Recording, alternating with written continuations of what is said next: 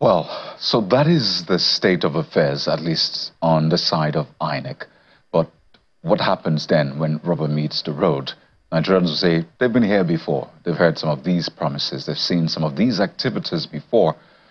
And we have joining us to get some more insight into INEC's preparedness, what lies ahead, particularly for what has been described as off-cycle elections, Edo and Ondo. We have joining us Mr. James Ugochukwu, Executive Director, Alliance for Inclusive Development. That's Aid Africa, joins us virtually on the program. Welcome to Lunchtime Politics, Mr. Ugochukwu. Good afternoon. Thank you for having me on the program. Well, I imagine that you're following the trends, particularly on the side of INEC, which is responsible largely for the success or otherwise of the conduct of the elections. It's meant to essentially organize all the other players. And I'd like to get first your rating of INEC's preparedness. On a scale of 1 to 10, how would you rate at least what you're seeing from INEC before we delve deeper into it? I think that is like boxing me into a corner, giving them a rating from 1 to 10. But from what I can say, all I can deduct from their preparation has so far is that they've gone ahead to do a lot of preparation in terms of, voter registration and, of course, voter sensitization that is going on now.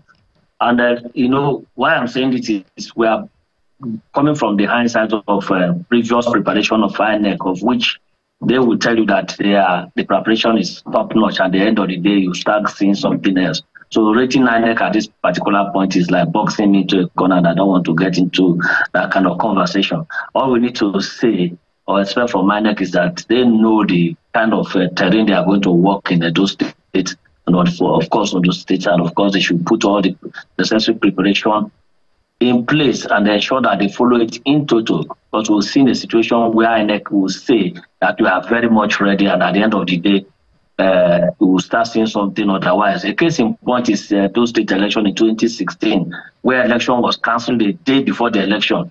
In fact, the REC was not even aware. Even the commissioner of police that was there was not even aware that the election has been cancelled. So we won't want to start down rating for the moment. But all we are urging INEC is that they should make sure that everything they need to do to ensure that this election is top-notch should be put in place before the 80 days, because the election is 80 days away from now. So let me give you some room to wiggle out, Mr. Ugochukwu, since you say I boxed you into a corner. So since this is not a boxing match, let's keep some breathing space, shall we? And talk about those nitty-gritties, some of those regular issues that give us a headache when it comes to the conduct of elections. And yes, as I said earlier, Nigerians have been here before. If there's anything Nigerians have in abundance, it is promises. But if it's something that they don't have in abundance, it is the realization of those promises. So let's imagine that you're speaking to the chairman of INEC and the RECs. By the way, 2 of the RECs that have since been inducted will be handling those elections, 2 of the 10, even though they got some sort of advance induction. So what are those things you'll be telling him, and by extension the RECs and others, to pay attention to?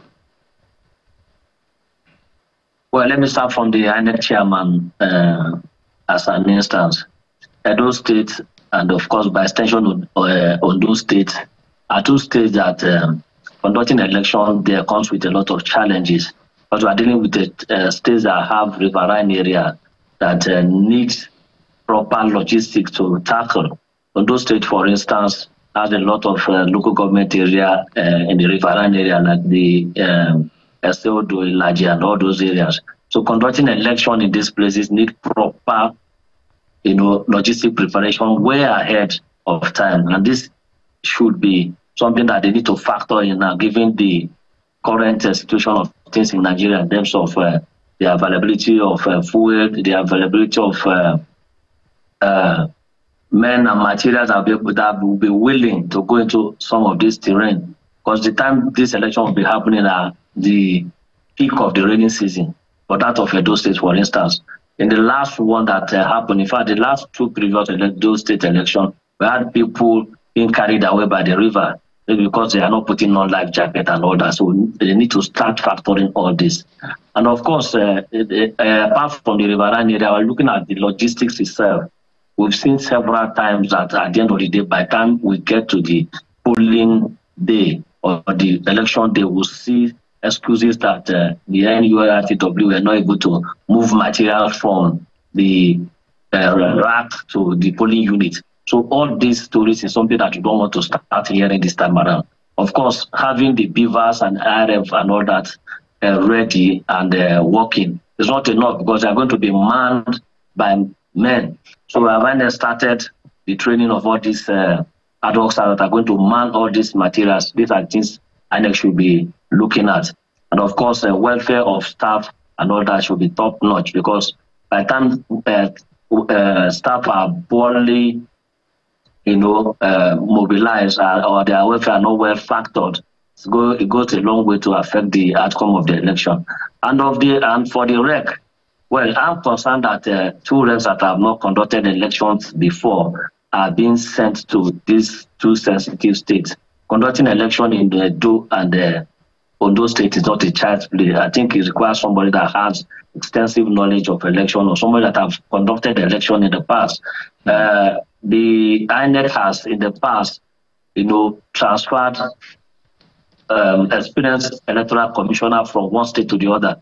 The case in point is somebody like Oboe Fanga now, that is the commissioner in Bayelsa State. He was formerly in this Edo, then in Rivers State, and now Bayelsa and all that. So I think it's something that INEC should seriously consider putting these people in Edo and Ondo State. We need somebody, yes, they may have experience in electoral issues and matters and all that, but the question is, have they conducted election before?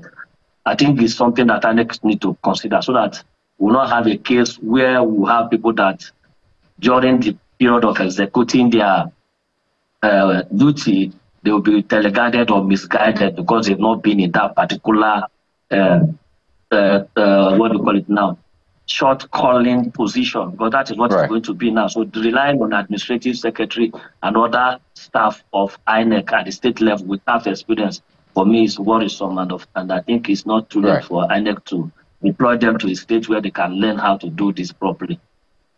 Well, so let's backtrack a bit. We've talked about what we expect, and it's important to keep that messaging out there. So, INEC knows what the people expect. But the conduct, the organizing of elections is based on one assumption, that the electorate will come out to participate in the process, exercise their franchise.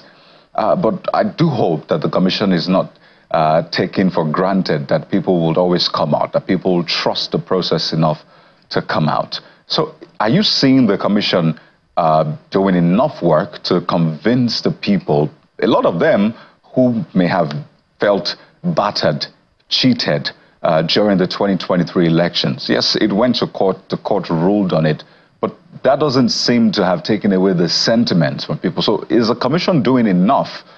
Maybe not just the Commission, the NOA, government agencies responsible for orientation, even political parties and the actors. Are they doing enough to build back that trust such that we don't just organize an election and voter participation is underwhelming, but people participate adequately? Well, if you talk about voter apathy, I think it has become a recurrent decimal over time. To start checking the statistics, you see that the level of turnout of voters is dropping on a regular basis. And what that tells you is that a lot of people are giving up in the electoral process and even the democracy as it is. And of course, this is where all the stakeholders need to put their hands on the table and, of course, work seriously to convince the people that this electoral process is still the way to go in the leadership recruitment process. And, of course, that democracy itself is going to still work for the people. And, of course, talking about who to do this, I think the people that need to be mobilizing voters should be the sole beneficiary of the electoral process, which is the political party. But the problem is that you have the political class that don't even believe that they should mobilize the citizens. They don't believe that they can go to the polling unit and, of course, use their talks and all that to carry out malpractices and destroy the ballot papers. And at the end of the day, result will be written. So this is a warning to all the political parties that they should sit up and, of course, go ahead to mobilize the citizens to come out to vote for them, irrespective of how they feel about the democracy. And, of course, it's still a warning for the political class to start rethinking of delivering the goods of democracy, because a situation you bring up a beautiful manifesto, and when you get to power and you start coming up with anti-people policy, is something that Nigerians cannot be stomaching anymore. Nigerians are not fools. They can be resilient, but they are not fools. That I can assure you. Nigerians want good governance. They want dividends of democracy. That's why they are putting people there. I want to inform people who are going to turn up for the Edo State election is their perception of the delivery of the goods for the past 4 years and the review of the performance of the outgoing governor that is there now. And of course, other factors like that. So the National Orientation Agencies is there, the INEC, the civil society, and more importantly, the political party. They are the one that should be going about mobilizing citizens ahead of this election. And of course, the role of the media too is very, very important in terms of convincing people to come to vote, because we are living in a world of information and misinformation and disinformation, and the media, and especially the mainstream media, can help in that regard to give the people the right information that will help them to come out to vote, and of course to dispel their fear that ballot is still better than bullet.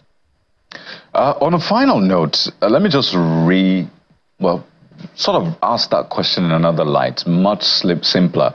For you, would you say INEC has done enough to rebuild the trust?